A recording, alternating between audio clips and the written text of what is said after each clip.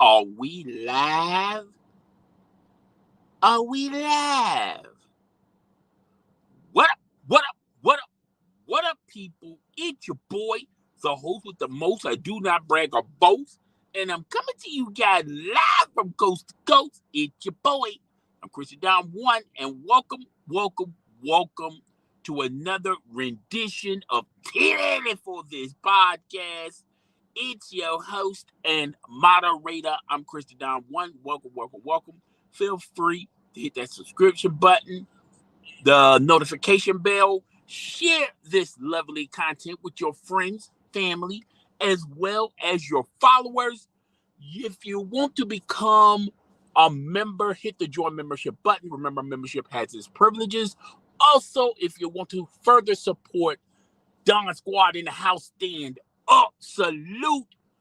Always welcome the donations either through Super Chat or through the Cash App. Hit the Cash App link in the comment section, which I do not have it as of right now. $, I'm Christian Don One. Anyone that donates will be the stream sponsor on the next live stream. Now, a lot of you guys wondering, what happened to your boy Saturday? Well, your boy was kind of busy. Your boy had a lot of stuff on the agenda that unfortunately I could not get away from. But nevertheless, I'm the best. We're going to be talking about a lot of topics. First and foremost, hold on one second. First and foremost, we're going to be talking about the Fresh and Fit podcast, Fresh and Fit Miami. They fumbled the bag when you're talking about YouTube.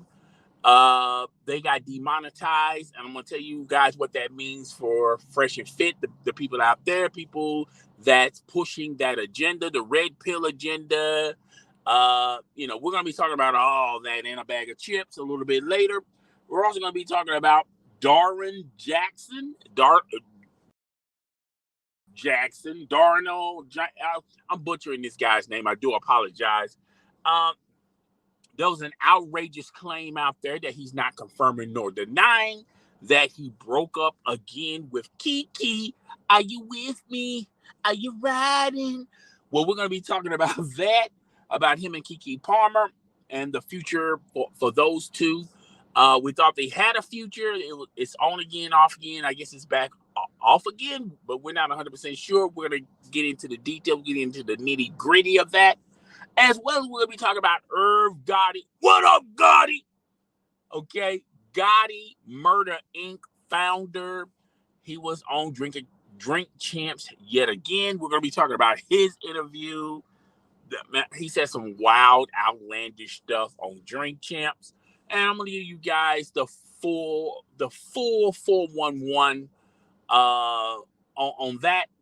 So let's start off with the first topic, okay? First topic of discussion, we're going to be talking about Fresh and Fit. Now, for those who've been living under a rock, I'd like your boy to explain. Fresh and Fit podcast, one of the members was Myron, and the other one was CEO, I don't know, Frank Guckis. I don't know. He rarely talks. And when he's pretty much, a nod yes guy.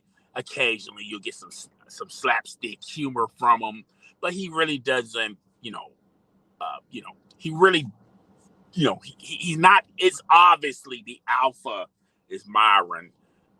Fresh and Fit podcast, and basically the Fresh and Fit podcast is a show that have they find the most ratchet, drunk women that's walking around Miami, and they have like an interview session, and this interview session is full of are you worthy of dating a privileged male, or I forgot the correct terminology that they utilize, an up-class black male. They also talking about their dating portfolio, what why they're not married, why they're singled and this, that, and the third. They also, go into talking about a woman's behavior, her looks, and how that turns on or off men. More than likely, it's off. And and it's full of a lot of yelling and screaming until they provoke these women, until they kick them off the show, and in some cases they call the police on these women. It's been a few cases, um, and I remember um, this article, and I think I talked about it on the podcast, how most of these women have getting most of the women are getting bags for the simple fact that they were on the Fresh and Fit podcast. It seems like you know you know high they may not qualify the standard from Myron's point of view and the other guy's point of view getting a high profile man.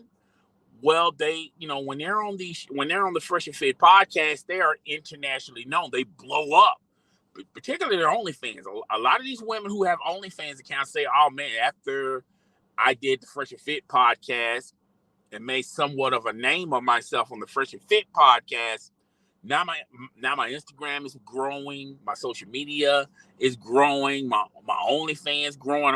I'm getting a bag. I'm chasing a bag just because I was on the Fresh and Fit podcast and I got into it with Myron or whoever on the show." And that's pretty much and if you want to the Fresh Fit podcast, when they have these women, it's a gotcha moment, okay? And then they talk to these women, and it's Myron and the other guy. They're well informed. They have the information at their disposal. They got laptops, tablets everywhere, and they're going through these stats, and 59% of women like you are not fit to be mothers. 45% of women like you have a hard time maintaining a relationship, this, that, and the third. And it's the idealism of red pill society. It's the idealism of, high profile males, what they believe the qualifications a woman should have in order to date a high profile male. And it's the delusion and the ideology of women, and their beliefs and things of that nature. And when you're talking about dating men and women, uh, men and women have a different viewpoint on what they want out of a relationship. Okay. And, love is somewhere in between what they want as far as a partner goes, but, it's not the first word. It's not the first thing that they talk about. Even being compatible is not the first thing that echoes out of the mouths of men and women. Men chasing women, women chasing men. Uh, Women in this bracket, they want a man that could take care of them. Some women, there's a lot of women out there that prefers to have a man take care of them and prefers to just sit at home and do you. Okay, nothing wrong with that. It's a good gig if you can get that type of gig. Okay, and some men out there want a woman. Want a woman that looks good and gives them the 3 F's. Okay, fine. All right.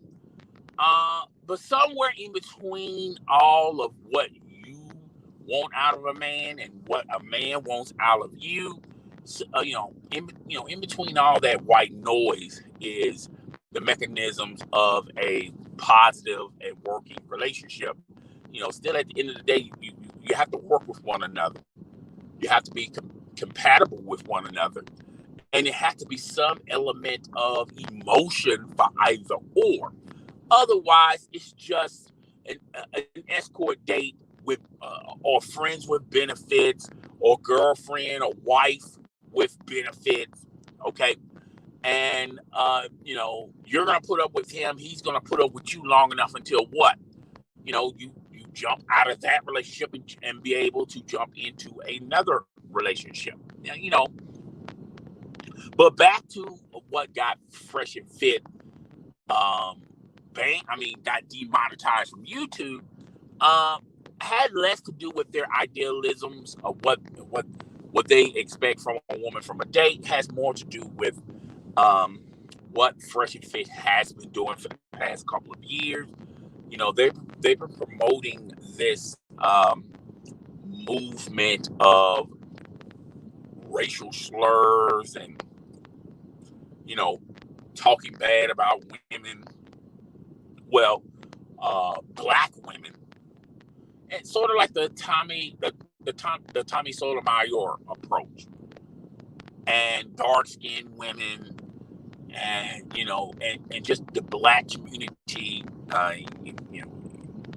as a whole. And it done gotten so bad where these guys, at one point, they were wearing sheets over their heads and doing the salute and things of that nature. And it just seemed like they just didn't give a care in the world. Most people would look at this as as a career killer. I mean, most people would look at this and question the mental stability of an individual that's doing this. Most people would try to give this individual help, give this some professional help, or try to seek someone to help them with their life, because they're crying and begging for attention. Okay, that's what most people would do in a situation like this. I mean, just think about it. If you see someone down the street and they're distributing some odd behavior, what's the first thing you're going to do? You're going to obviously say that, okay, this person needs some type of help. Let me call a police officer or a social worker, or a combination of the two. Get this person some professional help, because what they're saying and what they're doing, it doesn't jive well with society.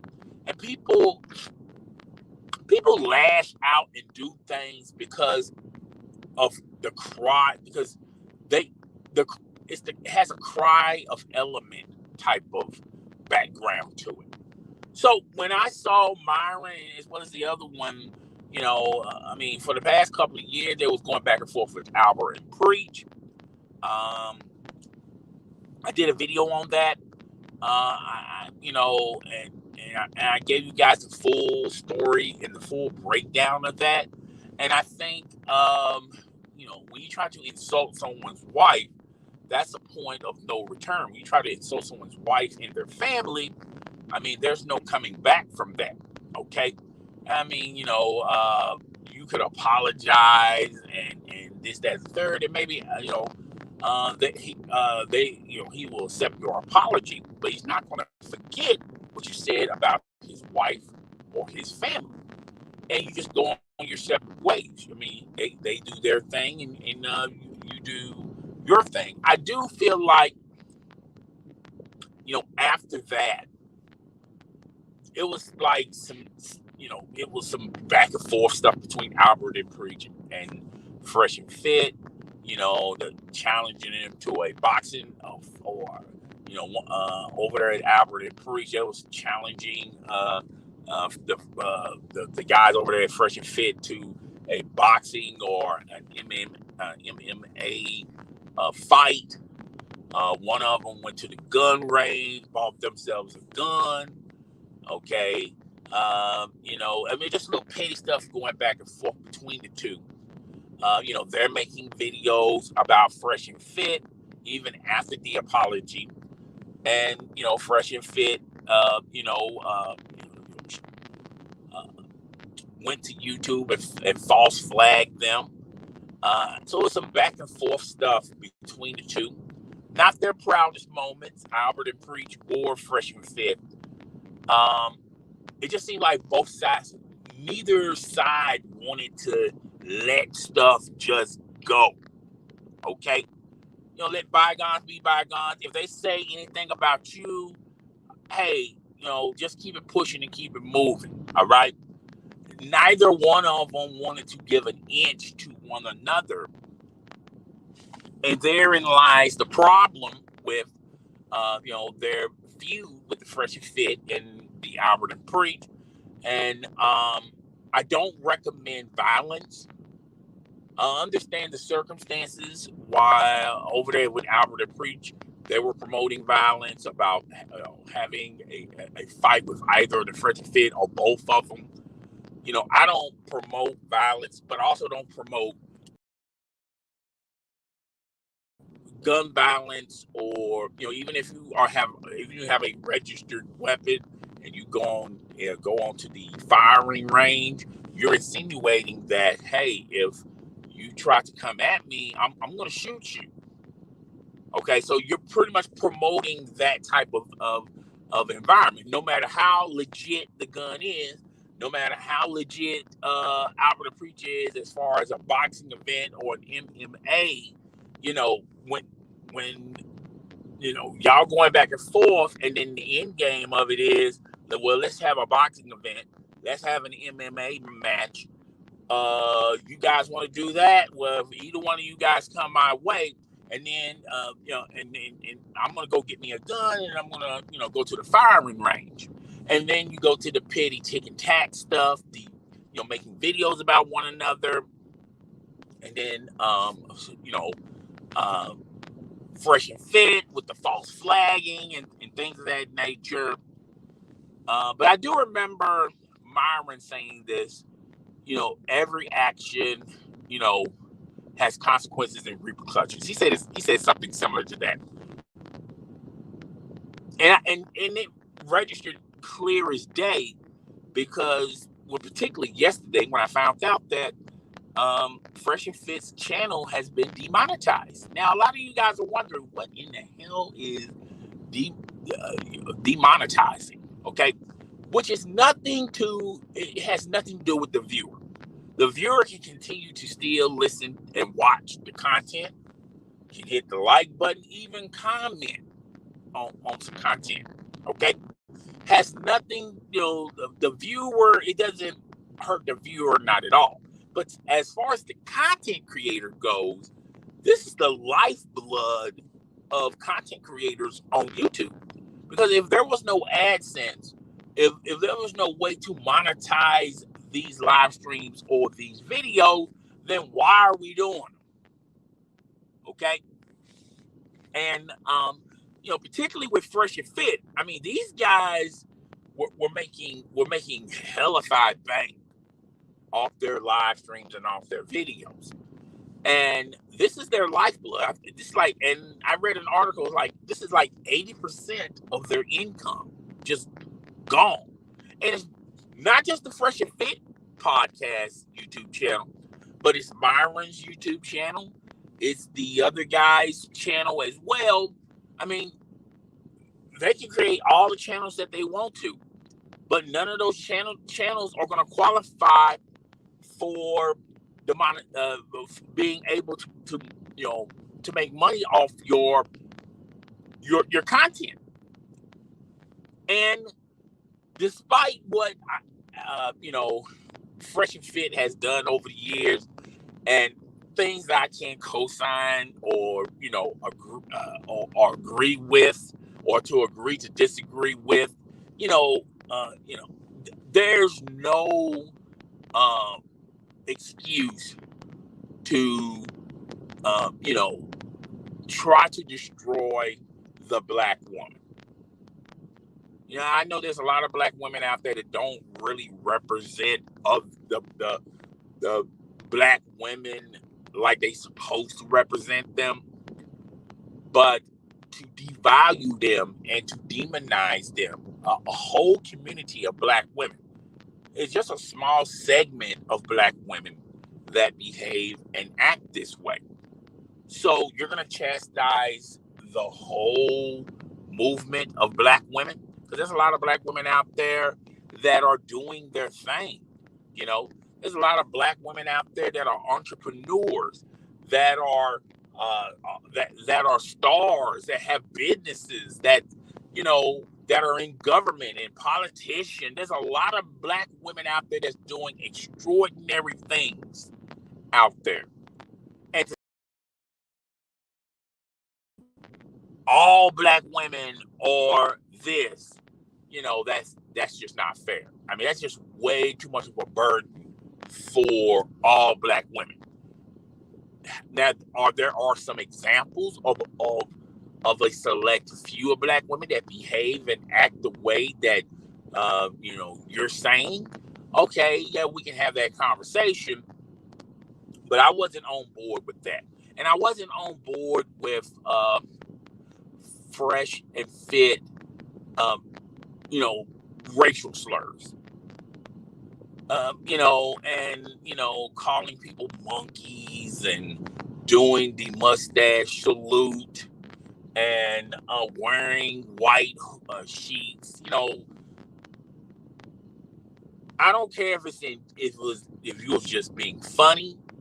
I don't care if you had an issue with a certain YouTuber. Nothing justifies you being a racist. And I expected a lot from these two brothers, and I would never have thought that these two brothers would have racial undertone bias against the black community. Particularly when you look at your viewership, a lot of those men that, gave you that super chat money, that watch your live streams, that watch your videos on all of your platforms, even on social media, are black or African American. And that's sort of like you're pretty much sort of like saying, the hell with you, sort of thing. So I was definitely not down with that. But the one thing I was really not down for, and I was not going to change my mind about it with the other two topics I just explained. I was never going to change my mind on those. But the false flag. And, you did that with the lead attorney. You did that with Albert and Preach. You did that with several YouTubers because you had beefs with those YouTubers. And instead of just addressing the beefs, and instead of just going on a live stream or challenging them, tell them to come to your live stream or come to your studio and y'all can just hash it out and just, go back and forth, okay? But the simple fact that you hide behind false flagging is unacceptable as a content creator on any platform. I don't care if it's Instagram, YouTube, Facebook, Twitter, or now known as X, whatever. That's a huge no-no, particularly when you're not using the whole video. You're just only using like 5 or 10 seconds of a piece from your video, and they're meeting they're like the lead attorney did this talked about this in his video, and he talked about how he didn't even use the whole video. He just only used 10 seconds of it, so he was well under his recommendation of what he was allotted to use. And the false flagging is a huge no-no. I mean, as a content creator, huge no-no. That's one thing you never do to a fellow content creator. It's bad enough that you're flagging a video, but you're intentionally false flagging a video, so that video can either be, one, deleted by YouTube, or two, you take the ad revenue from that video. Totally unfair, totally unjustified. That's a huge no-no. So their last video,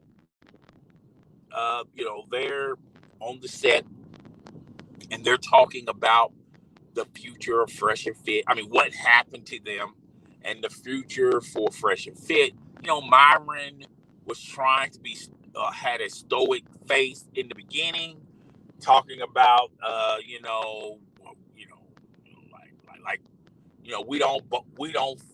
we don't break, we fold type of movement. We don't break, we don't fold type of movement. This ain't gonna stop us. We're gonna still be who we are. Nothing's going to change. And then go into the victim, playing the victim Olympics, and basically blaming everybody for why their videos are being demonetized, when the truth of the matter is the reason why your videos are being demonetized is your doing, because every action has repercussions. You may not face those repercussions the day of that action, maybe a week from now, maybe a month from now, but eventually you're going to have to answer to this. And Myron could not take it no more. He walked off the set crying. Some people say he was crying. I do feel like he was upset. He was ticked off. Possibly he was crying. But folks, you gotta realize this ain't no nickel and dime YouTube channel. Okay, it's not like my YouTube channel. Okay, this YouTube channel was making some major bread. Okay, so this is a lot of money that they're no longer going to receive from YouTube. This is like 80% of their income. Now, they're also on Rumble. They're also on Twitch. I think they're going to continue to still do their live streams. And they're still going to get their Cash App money or their donations through Twitch or Rumble or whatever. But it ain't going to. But life is never going to be good like it was when they were on YouTube, because they was getting the best of both worlds. I mean, they was getting the ad revenue, they were getting the super chats, they was getting, people were paying to become members on their channel. They had merch. I mean, there's a lot of ways. There's tons of ways you can make money on YouTube without even showing a single ad. And when you lose the YouTube audience, which, by the way, when you look at all these, when you look at Twitch, Rumble, Instagram, Twitter, none of them can compete with YouTube, because YouTube is the most popular application people use on social media. Everyone gravitates to YouTube. Okay? Everything pops on YouTube. Any conversations or news coverage, it blows up on YouTube. You can't get that from Twitter. You can't get that from Instagram. You simply can't get that from Facebook. You can't get that from Twitch. So this is a huge setback for Fresh and Fit. A lot of people were saying, well, won't they just create another YouTube channel? Well, they can't create another YouTube channel, because the moment they see them, the moment they start talking, just like Tommy Sotomayor, YouTube is going to demonetize that channel and those videos and live streams as well. There's no way around this. They just, someone creates a channel and have it under their name. The moment they start talking, that channel is going. It's going to be a lot of red flags on that channel. That channel is going to be demonetized before they can be able to be monetized. So it's like this, man. I've said this a thousand times before. YouTube is not the channel to be messing with. Okay, it's not the channel to be messing with. Not at all. Okay, so if you are Fresh and Fit fans or Myron or I forgot the other guy's name, I mean, I'm pretty sure they're gonna still be on social media.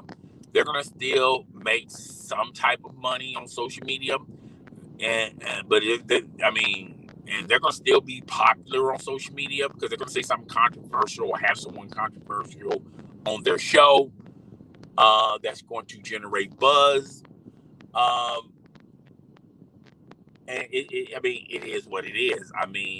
But I've also heard a lot of people say, okay, they can demonetize Fresh and Fit, but what about Tasha K? How come she can't get demonetized?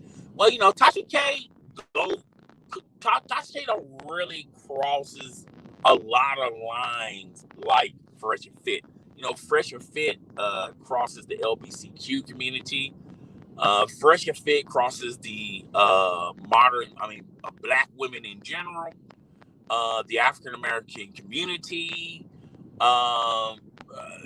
They have also said some controversial things, racial undertone things on their show or on other shows.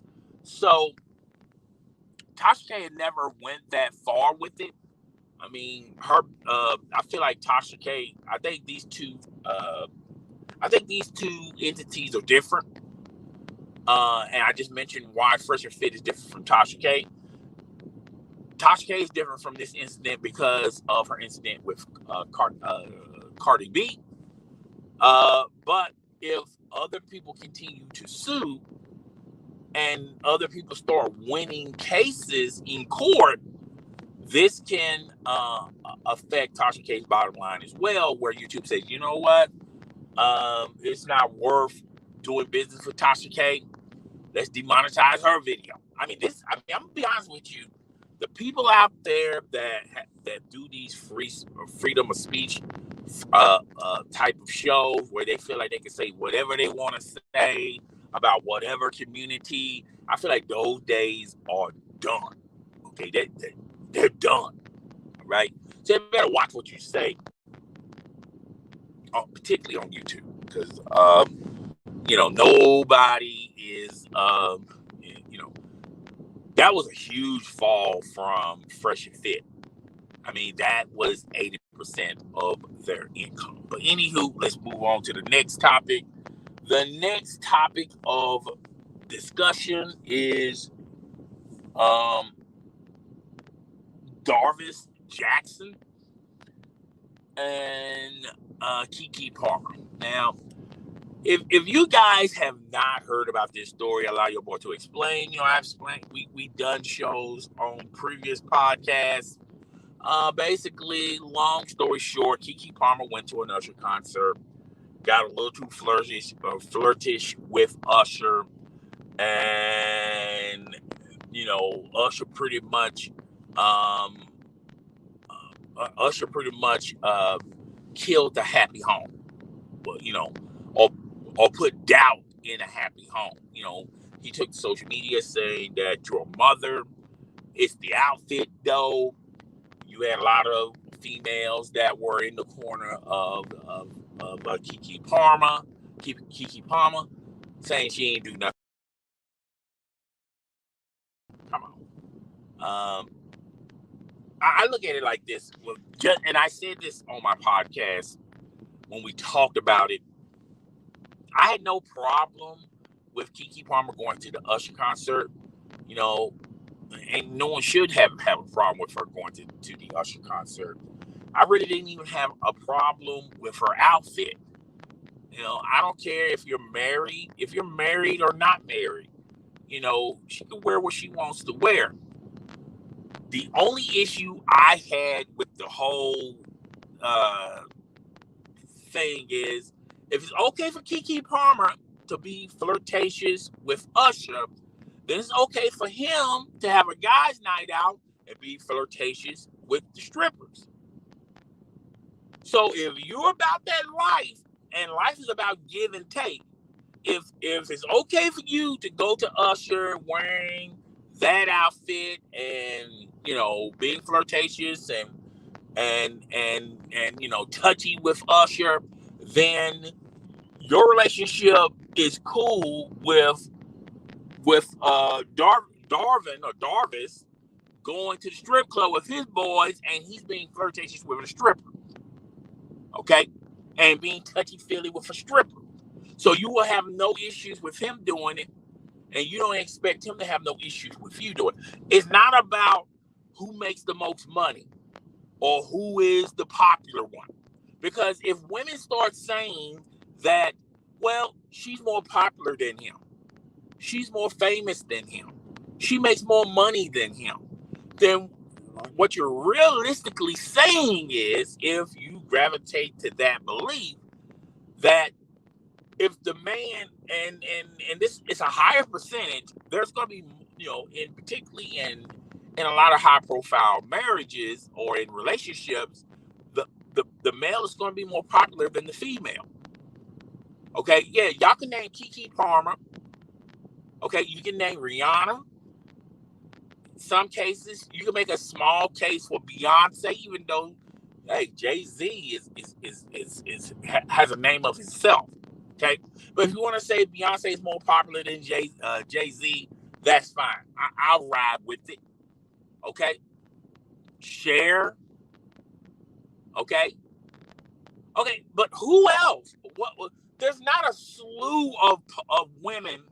Britney Spears, she was dating some young guy, and that young guy broke up with her.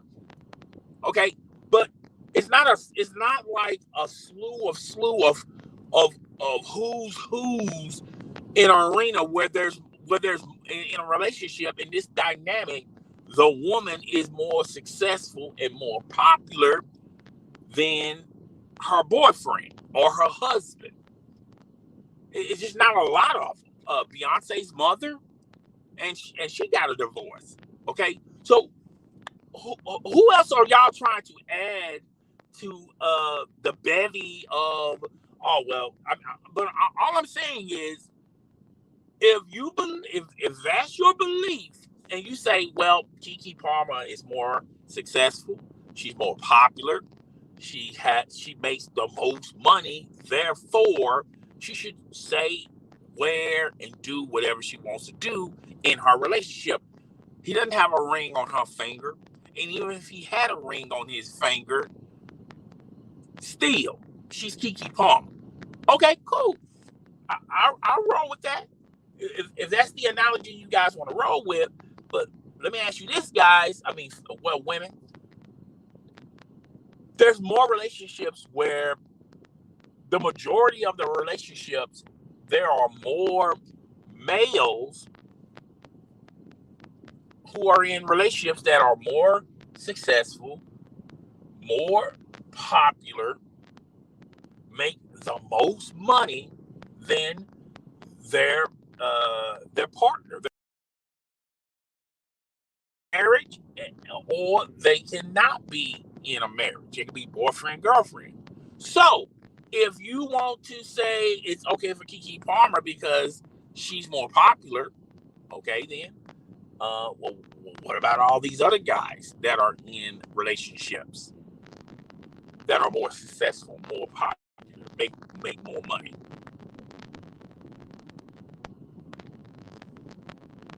That's the only thing. That's the only issue. That's the only issue I have. That's the only issue I have about the whole thing. So I'm cool with it. If that's the way y'all want to roll with it, I can roll that way too. But I'm just saying, there's gonna be a lot of women that's not gonna share that same opinion, that same thought. But anywho, let's get back into it. So basically, they were like I said in the original piece, they broke up because Keisha, mainly because they're young, and they went to social media. Well, he went to social media, and then she went to social media. It really doesn't matter. And then they broke up, but then they rekindled and trying to get things back on course. And that's when you start hearing the reports possibly they done fell out again. And this was around the timeline when Usher released this new video. He had Keke Palmer in it, and she had the I'm a Mother shirt, and all that. I think she got to say something at the end of the video. I don't know. I didn't even watch the video. And now it seems like they done fell out. Now, he released a statement saying that, hey, careful what you read, okay? I don't have anyone out there that's speaking for me, but he's not confirming nor denying the reports that they're out as a couple. Now, there's also a report out there that if they're out, he's ready to go proceed with this in a legal matter where, he can get some type of child support on Keke Palmer, since Keke Palmer makes more money than him, where he wants the house since Keke Palmer is more popular than him, and spousal support, which Keke Palmer is more richer than him. So I'm just saying, be careful what y'all ask for, okay? Because you may not like what you want. All right. So if you want a relationship where the dominant person who's more successful, more rich, it doesn't matter if they're male or female, they should be the one that dictates how they want to be treated, or how the relationship is moving forward. Where it's okay for them to step out of their relationship. It's okay for them to wear whatever they want to wear. It's okay for them. I'm just saying, it should be some boundaries between the two. And, but he's saying that he did not confirm this. He don't know where this came from, but hey, all right. A lot of people are out there, a lot of these, rumor mills are saying that they're on the outs. He's broken up with Keke Palmer. And you haven't Keke Palmer been pretty much silent about it. He's been pretty much silent about it, but he released a statement saying that, hey, these reports that are out here, we're gonna have to wait and see how we gotta wait and see. Oh well, the other shoe dropped. Okay, so yeah, that's all I got to say on that. And we're gonna move on to the next topic. Okay, and in the next topic, what up, Gotti? Irv Gotti was on Drink Champs. I want to say this first, okay? I don't really watch Drink Champs. What's up, The Dream? How are you doing, The Dream? Good morning. Good morning, Dream. Good morning. Good morning. Haven't seen you in a long while, Dream. Saw you on Instagram, though. Saw you on Instagram. I've been liking your pics and stuff. I need to create an Instagram for Too Early for This podcast. That's what I need. I know you good. You definitely good. You good, girl. So I really do appreciate you stopping by. I really do appreciate that. Yeah. I'm gonna talk about that. I'm gonna talk about that in another video. All right, I'm gonna talk about that in another video. I'm saving the good stuff for last. We're not gonna talk about that on this live stream. All right, but moving on. All right. So what was I talking about? Oh yeah. So Drink Champs. Yeah. So Drink Champs. I don't really watch Drink Champs. That often. But when I do watch Drink Champs, sometimes they be having some good guests on there. But the one thing I don't like about the Drink Champs, it's not really an official podcast. It's not like a one-on-one interview. Okay, it's not like you're getting you're asking the best questions and you're getting the best answers. It's nothing like that. It's just a bunch of guys rolling it up, drinking, and it depends on how fast you can get drunk.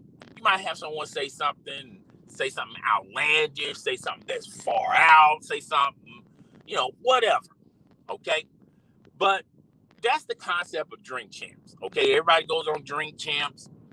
They get their drink on. Hey, I got like 4 people in the building. Could y'all please do me a favor and hit the like button? I really do appreciate that if you guys can. If you already have, I appreciate that. All right. Okay. All right. So, yeah, that's pretty much the concept of Drink Champs. I'm not a huge fan of Drink Champs. Occasionally I'll watch something, but I didn't get to watch the first interview with Irv Gotti. I did see some of the snippets, what he said, and a lot of stuff that he said. He said a lot of crazy. He said a lot of crazy stuff. He was out there, and the only response I had with the things that he was saying, like Ashanti and all that, is that man was drunk. Okay, and when you're drunk, your guards come down. You start saying what you've been wanting to say for years, all right? Or you get so sloppy drunk, you just say whatever, all right? So you don't know if it's the truth or if it's something that he's saying that he kind of feels, okay? So, it's one of those type of situations. So when I saw that first interview on Drink Champs, and then everybody goes like, whoa, did you hear what he said about Ashanti? Whoa, did you hear what he said about 50 Cent? Whoa, did you hear about what he said about this, what he said about that? I watched 2 of the clips, and I can clearly tell Irv Gotti was drunk. And I just said, forget about it. I'm not going to, look, this man's drunk, okay? So you don't really know what he's saying is actual, okay? Clearly you can tell, let's go with the Shanti thing for a second.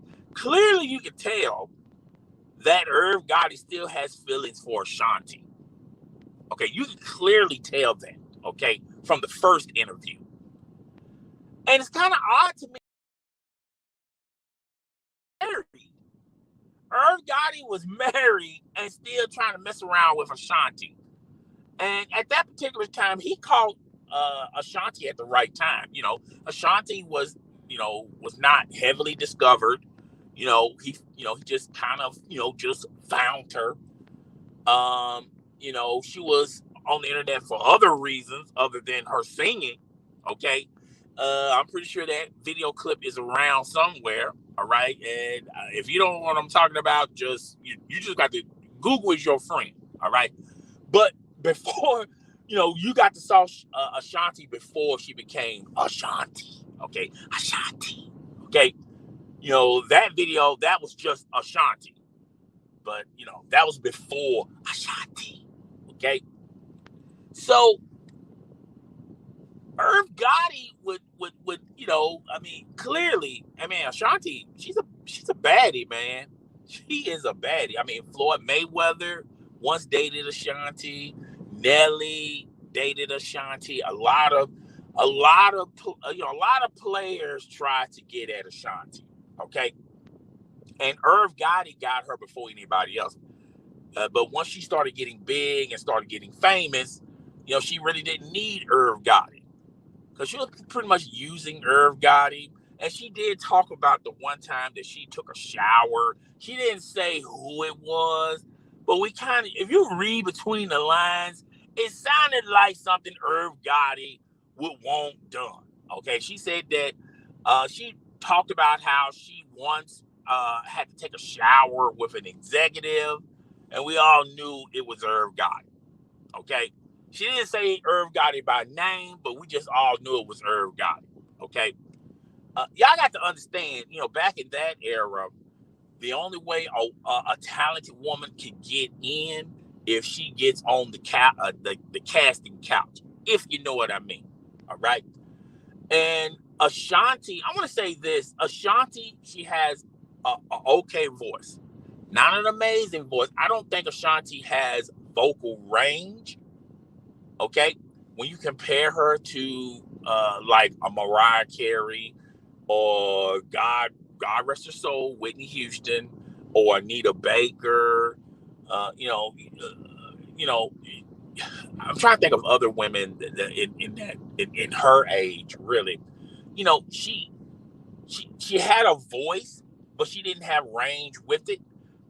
And Irv Gotti knew this, and he would always have her voice plastered over a bunch of hip hop tracks. Everybody was copying and pasting P Diddy.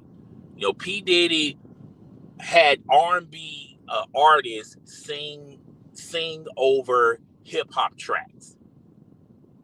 That's what Jodeci used to do. That's what Jagged Edge used to do. New Edition at one point did that. You know, everybody was that was everybody's thing, and that lasted even when we saw the birth of Ashanti, and Irv Gotti had an ear for music, and Irv Gotti would. There was a lot of songs that Ashanti was on. If you listen to the songs, they were just samples of hip hop tracks. Okay, so she got on that way, but she really started getting popular when she started collaborating with Ja Rule. Ja Rule, a lot of people don't give Ja Rule a lot of credit. Yeah, I know him and 50 Cent, that didn't go too well.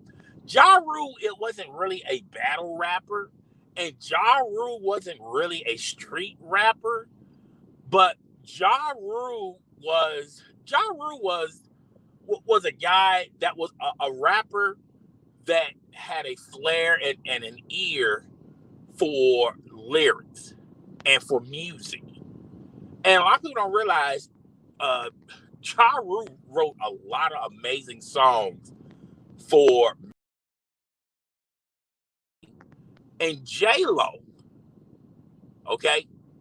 So Ja Rule, as a writer, doesn't get the credit, particularly with his penmanship. A lot of people just look at Ja Rule as, oh, he did a couple of tracks with Ashanti, and he did this, and he had an incident with 50 Cent, and he made a diss record to 50 Cent. But a lot of people don't give Ja and a great showman. When that versus battle with him and Fat Joe, I don't know why I said Fat Joy, but Fat Joe. When that went down, I knew Ja Rule was going to win that because as a performer, Ja Rule can perform. So you got this guy that had an ear for music, had great penmanship with lyrics, can make great hooks, make great songs, and he had showmanship. He was the total package. And that's why Ja Rule blew up. That's why he was so popular. Okay. And if Ja Rule would have just stayed in his own lane and didn't entertain 50 Cent, coming at him. Because remember, before Ja Rule, what was 50 Cent doing? I mean, he did the How to Rob song. But other than that, he would get into it with certain artists. That's pretty much it. I mean, he came out, him hooking up with Dr. Dre and Eminem, that was phenomenal for 50 Cent. Okay? But 50 Cent had to get on mainstream. And 50 Cent had the streets locked. 50 Cent had hip-hop locked. But 50 Cent didn't have the mainstream. He didn't have the pop appeal. He didn't have people overseas liking 50 Cent. So 50 Cent had to get at somebody who had that type of appeal, and that was Ja Rule. If Ja Rule had just stayed in his lane, let 50 Cent, shoot his arrows at him, who knows? I mean, I think he would have lasted a little bit longer than he ultimately did. But that's neither here nor there. That had nothing to do with what we're talking about. Irv Gotti, when that first interview, I knew he was drunk. So when he did this second interview, I don't think people noticed it, but I noticed it right off the bat. He wasn't drinking that much, and he wasn't smoking that much. And I think out of the two interviews, I like the second interview that he did at Drain Champ than the first interview. I felt like the second one he was a little bit more. He was a little bit more truthful. He let his guards down just a little, particularly when he talked about the Ashanti in the first interview with Drink Champs, because you heard him say like, "Yo, y'all made me look like y'all made me look like a sucker because I was just telling you how I felt about the situation about Ashanti, and now y'all got me being the poster boys for simps, and now y'all got me thinking I still got feelings for her all because I wear her this watch that she bought for me."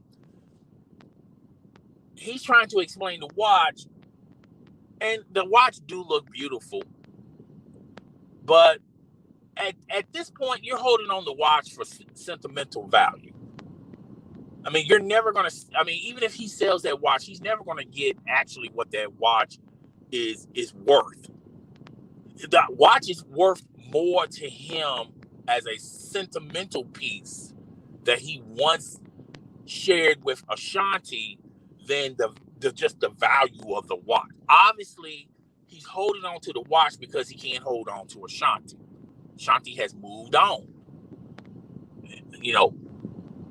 and that's the real reason why he's holding on. Now he tried to deny it and say, "Yo, I'm not no simp. I don't have no feelings for her. She ain't even thinking about me." But if Ashanti would go on social media and say,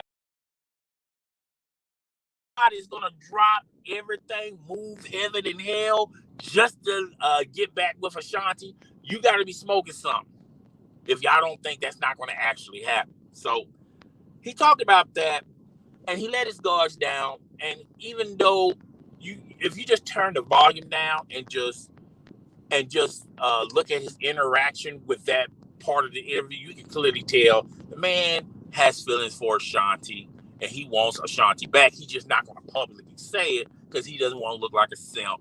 He doesn't want to look like a sucker. All right, moving on. And he talked about Fat Joe. Fat Joe said something about him and Ashanti, and he felt like Fat Joe disrespected him. I do feel like this. I think Fat Joe, and a lot of people don't look. I think Fat Joe tells some amazing stories, but I think Fat Joe over exaggerates a lot in his storytellings. Okay. And I felt like with this one right here, I don't think Fat Joe really knew the dynamic between Irv Gotti and Ashanti. Now, on the outside looking in, he knows that he was messing with Ashanti. Okay. He knew that part, but he didn't know emotionally invested what Ashanti had with Irv Gotti and what Irv Gotti had with Ashanti. Now, Irv Gotti said in the Drink Champs video, the only person that really knew about Irv Gotti and Ashanti, what they really, at that particular era, in that particular moment in history, how they really feel about each other, only Ja Rule knows. And Ja Rule ain't snitching. He ain't, you're not gonna get nothing. You're not gonna get nothing credible from Ja Rule saying, "Well, how you think Irv Gotti feel about Ashanti?" Okay, he's gonna be politically correct, and he's gonna stay down the straight and narrow. But like I said, Fat Joe tells amazing stories. I just don't think Fat Joe. I know for a fact Fat Joe over exaggerates on all of his stories just to make them entertaining, just to make them funny, just to make them informative. Okay. Nothing wrong with that. Just embellish a little bit. But I think Fat Joe embellishes a lot in his stories. But that's neither here nor there. So he's saying that, the dynamic between him and Fat Joe, they don't have a relationship no more. Okay? And I really think why Irv Gotti is saying that now, today, is because he felt betrayed by Fat Joe. He felt like Fat Joe shouldn't broadcast his business out there and let everybody know. I mean, we all kind of figured that him and Ashanti had a thing, but was it, friends with benefits? Was it, hey, look, I'm just trying to associate myself with you so I could, get onto this record and make hit records, make money, get famous and all that stuff. This is just a business situation with me. I don't see myself, I don't see myself with you down the road. Okay, something like that. Okay, so he talked about the Irv Gotti. Irv Gotti talked about the Fat Joe situation, and then he talked about some other controversial things that I felt like at that part of the interview, I felt like he may have been drinking a little bit. Okay, he talked about how Damian Dash was slowing down. Well, Damian Dash and Big was slowing down Jay-Z. Jay-Z would have already gotten to this point without the services of Damian Dash and Biggs. I'm gonna stop right here. Look, there's a lot of things I don't like Damian Dash. There's a lot of things Damian Dash has said and done that I don't co-sign with. I think Damian Dash is a pariah. I think Damian Dash, this is why Damian Dash hasn't, this is why Damian Dash, as far as music goes, hasn't with another artist. I feel like Damian. I'm gonna give Damian Dash his respect. I think Damian Dash is a shrewd businessman. I think Damian Dash has a lot of ideas, and a lot of his ideas, a lot of rappers wasn't even thinking that far, or wasn't even thinking to that point. Having your own merch, okay, we had, artists had their merch, but Damian Dash, made it. Damian Dash made it so where having your own clothing line, promoting your own clothing line is where you need to get, what you need to be doing as a rapper. Damian Dash going into the wine business, going into the art business, and Damian Dash, I'm gonna give him his respect and give him his credit where it's due. Damian Dash, opened up a lot of doors that a lot of rappers wasn't even thinking about, or wasn't even thinking that far. Okay. But Damian Dash as a creator, Damian Dash as a talent evaluator, after the Jay-Z era, it was ugly. He couldn't keep Rockefeller afloat, and that's why he was so fast in saying that he was not going to let Jay-Z out of his contract. And what was it, 2-3 years ago? He's selling his stakes in Rockefeller, because look, he's getting broke. Okay, when you're broke, you don't have a lot of avenues, and it's not like you've been successful doing other stuff or the same stuff. That's what it happens to the best of us. Okay, but as far as what he said, that Big and Damian Dash were hanger-ons, I think that was further from the truth. Okay, I don't know what Irv Gotti was drinking at that point. I don't know what the hell he was smoking, but Big and Damian Dash played a huge part, not only in Rockefeller, but also in Jay-Z. There's been plenty of interviews from plenty other artists in that era said that Jay-Z wasn't even feeling rap that way. He was thinking the only way he was going to make a lot of money was stay in the dope game, and they had to convince Jay-Z to stay on this rap path. Jay-Z looking at it like, you can't make no money off music. Okay. And then here we have Hov. Okay. So I felt like what Irv Gotti said, and I'll be honest with you, him saying that is the equivalent of someone saying, well, Irv Gotti was a hanger-on because he didn't, after Ja Rule, he didn't, bring nobody else on the same equivalent as Ja Rule or even successful. Okay, he had Ja Rule, Ashanti, and then he had just a bunch of assistant artists. Okay, he had that Baltimore chick. She was on a couple of records. he had Cadillac Tag, Black, whatever his name is. I mean, he was on a few of Ja Rule's records. Lloyd, he had Lloyd. Lloyd was pretty successful, but I mean, after Ja Rule, but then after that, Murder Inc. pretty much folded. After that, so I mean, that's if he's going to discredit Damian Dash, then he shouldn't be upset if people start discrediting him. I mean, if you're going to give it, you should be able to take it. And he got very soft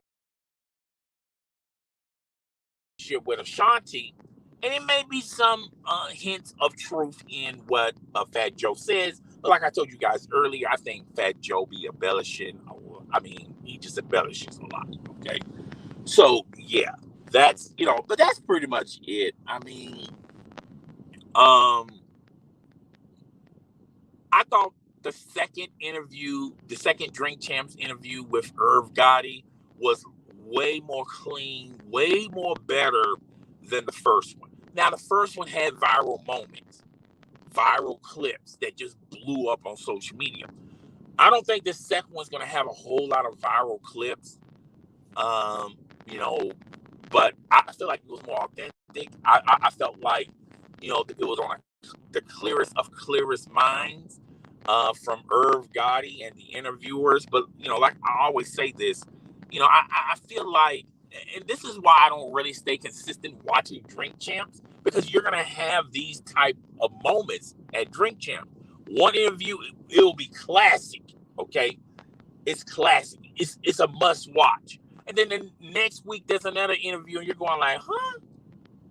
I mean, I'm not feeling that interview. And it's a whole bunch of I'm not feeling those interviews. It's not a lot of interviews you want to go back and rewatch over, okay? I feel like the first time he had Kanye West was pretty interesting. Irv Gotti's second attempt at Drink Champs was pretty good. And there have been a few decent ones, but there's been a lot of stinkers, and that's why I don't stay consistent with Drink Champs. Okay, but it is what it is. So yeah. Now, real fast, real quick, I got some topics that I can talk about real fast, real quick.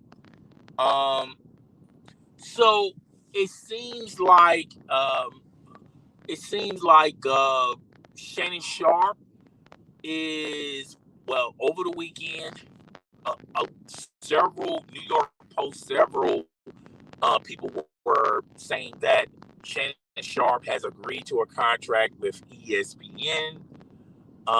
He's going to be doing First Take, and he's going to start doing First Take when football season starts, and he's going to be on First Take Monday and Tuesday. And they're still going to use the carousel of guests to debate Stephen A. Smith.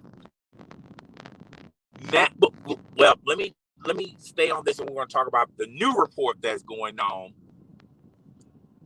I felt like this, and a lot of people are going to get upset with what I'm about to say. Okay, so I'm just going to apologize first before I say what I got to say. Okay, if this is true, then why leave Undisputed? Because the what everyone was saying, what you were saying was, when you left Undisputed, it was more financial. Now, I know a lot of people are going to go to the tweet Skip Bayless made on the football player that was paralyzed on the field, and a lot of people are going to assume that was the tipping point where Shannon Sharp had enough of Skip Bayless, and people are going to go gravitate to. They were always constantly arguing, particularly the last couple of months before Shannon Sharp left Undisputed, and that was the tipping moment. But this was already an issue years ago, and I can go as far as last last summer, Shannon Sharp contract ended with Fox Sports 1. And they were in negotiations as of getting Shannon Sharp a new contract. If y'all want Shannon Sharp back at Fox Sports 1, we feel like Shannon Sharp should get A-tier type of money. Fox Sports 1 wasn't thinking that way. You know, they have already signed Skip Bayless to his contract. He's already making the money that Shannon Sharp wants to make. And if Shannon Sharp, you know, and if I felt like the only opportunity for Shannon Sharp to make that type of money, if Skip Bayless says, hey, look, I'm not signing this contract unless you take care of my friends, Shannon Sharp. I want to continue to do Undisputed with Shannon Sharp. But he didn't say that. Skip Bayless said, well, I got mine, now go get yours. It's pretty much what, and hey, look, at the end of the day, you got to worry about yourself before you can worry about others. Okay, this is a business. Okay, this is not charity. All right, at the end of the day, all right, I don't care who it is. All right, even though I know a lot of people don't like Skip Bayless, I don't hate Skip Bayless. I just don't like some of his views. But in that particular moment, I'm not going to worry about somebody else's contract when I'm trying to get the most bang for my buck in my contract. It just doesn't work that way. But anywho, last summer, around June, Shannon Sharp's contract was up, and they were in negotiations for the whole year. Well, they reached a resolution like, 3-4 months ago, that let's just do a buyout. So Shannon Sharp, and I said in a video, I want to know the language of that buyout, because still to this day, no one knows the language of that buyout. And what I want to know is when is Shannon Sharp able to sign another contract with another major network? Because that tells me a lot on how bad they want to get rid of Shannon Sharp. And apparently, he's already, if you listen to this, if you read this report, the contract is on the table for him to sign with ESPN. So that tells me that there's no language in the buyout that, hey, you got to wait out a year, you got to sit out a year before you can join a competitor, and hey, you got to do this, you got to do that. They was willing. They let him have his show, Club Shay Shay, even though it's not like, it's not like you can just take that show and that show name and put somebody else as the interviewer. All right. So technically, you couldn't do nothing with the show anyway without. The only reason why the show is popular in the first place is because of Shannon Sharp. Fox Sports 1 distribute Club Shay Shay. So that told me a lot, that there's a contract on the table for Shannon Sharp to sign to go to ESPN. So that tells me a lot in that buyout that they really wanted Shannon Sharp up and out of there at Fox Sports 1. So it's an internal matter. It has less to do with Skip Bayless and more to do with the powers that be at Fox Sports 1. All right? But let's just move on. Okay, we got 4 people in the building. Please hit the like button. I really do appreciate that. Also, do your boy a solid. Send this to your friends, family, and followers. All right? Share it. Okay? Sharing is caring. All right? So, there's a contract on the table for Shannon Sharp to sign, and there's no language into whether or not how much he's going to be making. But if you're only going to be on First Take 2 days out of the week, which is Monday and Tuesday, and you're not debating Stephen A. Smith, Skip Bayless, this bag has to be less money than the bag you previously got with with Fox Sports 1 and Undisputed. Hold on one second.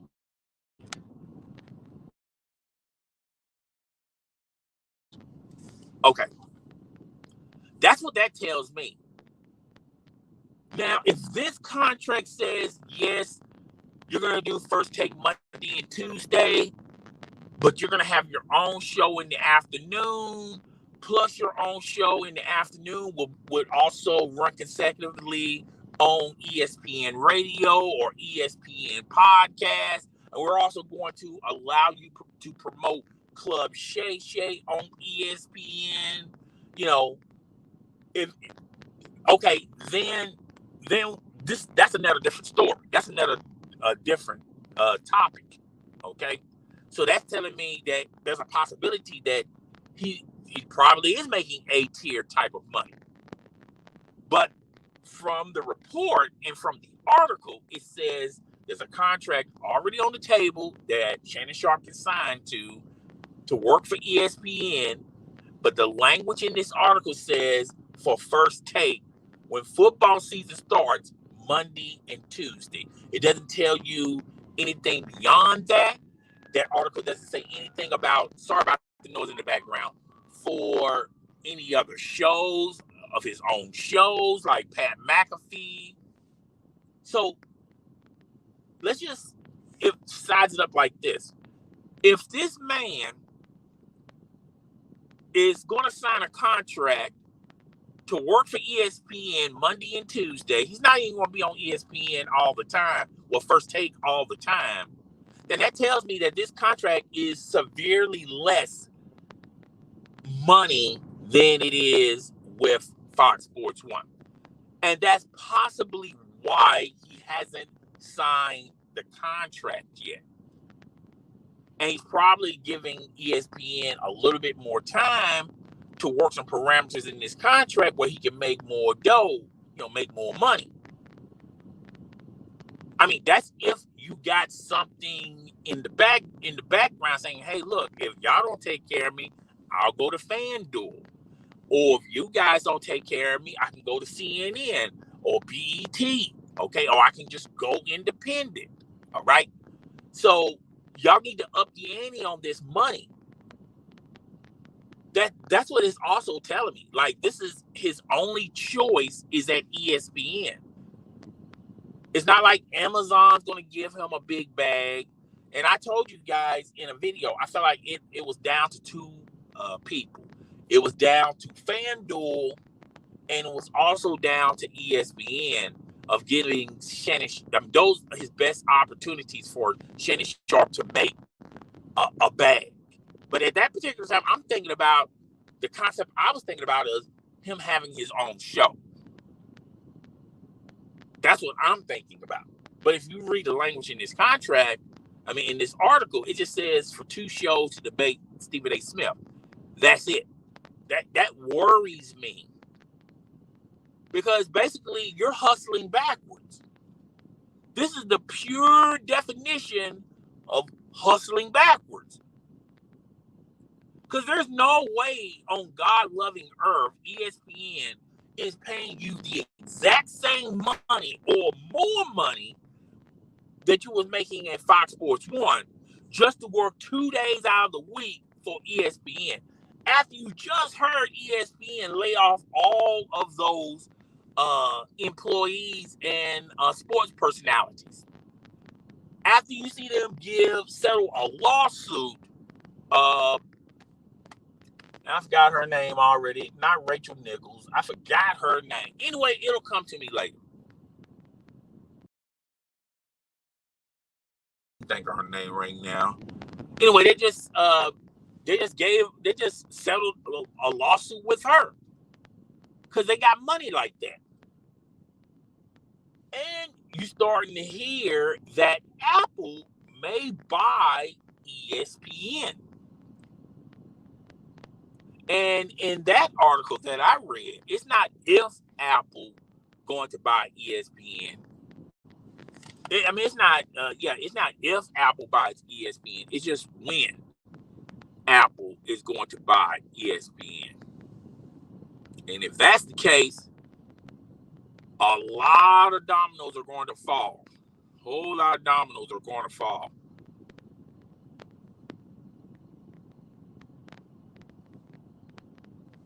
So I've been saying for quite some time now that it's just I wanted to know the buyout contract language, because that tells you how valuable you are to Fox Sports 1. Because if you was extremely valuable to Fox Sports 1, or they feel threatened by you, they would have language in the contract, the buyout contract, that says, hey, you're going to have to wait out a year. You're going to have to wait out 2 years before you join a competitor. Okay? The mere fact that this man has a contract on the table after a successful buyout with Fox Sports 1, then 2 months or 3 months after the fact, you're ready to sign another contract with ESPN, speaks in volume of what they think about you, or how valuable or how important you were to Fox Sports 1. And 2, you got a contract sitting on the table for you to sign. And if you read the reports, it clearly talks about how you're going to be on First Take 2 days out of the week in football season. You was on Undisputed 5 days a week. How is he making more money? How is this contract better money-wise than what he was making over at Fox Sports 1? Because they're not going to pay him the same amount of money just for him to do football, to only be on the show 2 days out of the week. And like I said, that's all the article says. It didn't say anything about him having a radio show exclusively to ESPN. We're not even talking about his own show on ESPN. And if all your agent was managed if all your agent could get you is an ESPN contract where you do First Take 2 days out of the week, and there's nothing else you can say, well, I think y'all should go back into the lab. Y'all need to put some more numbers in here, and y'all need to add some more benefits to this, so it can tempt me to sign this contract. Because look, I got other people out there that would love to have me and will pay me twice as much money than what you're giving me. Plus, I'm getting twice as much benefits from these people. The mere fact that he can't even go to ESPN and say, hey, look, this contract's good, but this contract over here is even greater,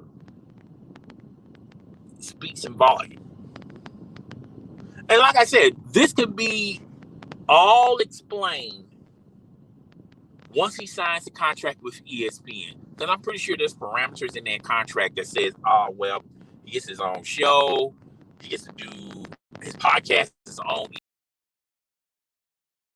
like radio, his show is simulcast live on ESPN, as well as satellite radio or AM radio, whatever. But all this can be easily explained.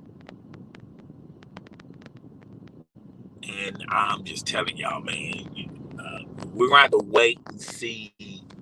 Hopefully, we get some confirmation this week. And I will have that confirmation this week on Just My Opinion podcast. All my podcasts are in the description below. Subscribe and enjoy. You will not be disappointed. You can also check out my Instagram, my Twitter, Facebook. All that jazz is in the description below. Also, I'd like to thank everybody that done came in, hit the like button, even commented, all that jazz. I really do appreciate the Dream stopping in. I really do appreciate you, Dream. She's already gone. She's probably already gone. It's all good in the hood. Like I said, I got some content about the dream. I'll have it sometime either next week. I'm not even going to say this week, okay? Sorry that I didn't have too early for this podcast this Saturday. Your boy got mad busy. I had a lot of ish to do, but, nevertheless, I'm the best, okay? As always, rate, comment, subscribe, hit the subscription button, the notification bell. Make sure the notification is select to all. If you want to support the channel even further, hit the join membership button. Remember, membership has its privileges. If you want to donate to the channel, you can either do it through Super Chat or through the Cash app. Hit the Cash app, $, I'm Chris91. Normally I have a link in the comment section, but hey, I forgot to put it in there. All right, I was in a rush. Okay, I really was supposed to be doing this live stream yesterday. I decided to do it today. All right. So, yeah, that's all I got for Too Early for this podcast. I really do appreciate everyone that done came by. Guys, before I leave, I wanted to let you guys know that I'm gonna be having some great things with the channel moving further that may incite y'all to hit that join membership button. That's all I'm going to say on that. And real fast, real quick, reading the comments, Dream said, good morning. Good morning to you, Dream. The Dream also said, I'm good, love. I know you're good. You're definitely good, Dream. And she gives me the smile because I talked about, I checked her out on social media. Something that we're going to talk about a little bit later on this month. But like I said, I really do appreciate everyone coming by.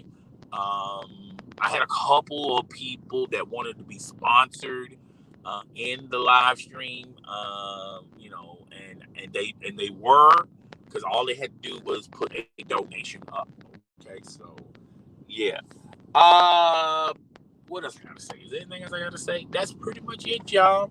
I try to make it a 2-hour show. Sometimes, hey, it doesn't work out that way. Okay, it just doesn't work out that way. But it is what it is. You know what I'm saying? I'm about to leave up out of here. But before I leave up out of here, I want to say thank you to everyone that have been paying attention to these podcasts. If you want to watch the bulk of all of these podcasts, it's on its own playlist. And YouTube has an interesting thing where you can just listen to the audio form of this podcast. You can do that as well, where you can close it out on your phone and you can still listen to okay. Don't forget to check out I'm Chris Down One podcast. I had uploaded a podcast this week. I may skip this week for an episode. Not 100% sure. We'll talk about that a little bit later. But yeah, it's been real and it's been fun, but it hasn't been real fun. I really do appreciate everyone that done came by. Man, holds up. Before we end it, we're like a couple of seconds and a minute away from at least making it 1:30. So I'm down for making it a full 1:30. So if there's anybody out there that has a comment, hit the comment real fast, real quick. I wouldn't mind answering a couple of questions along the way. All right. But yeah, I do apologize. I didn't upload anything Saturday. Your boy got super duper mad busy. All right. So I'm going to put it on mute. And then after that, if there's no comments left after that, I'm just going to end the live stream. Okay. It's your boy, the host with the most. I do not brag or boast, and I'm coming to you guys live from Coast to Coast. It's your boy. I'm up out of here. Deuces.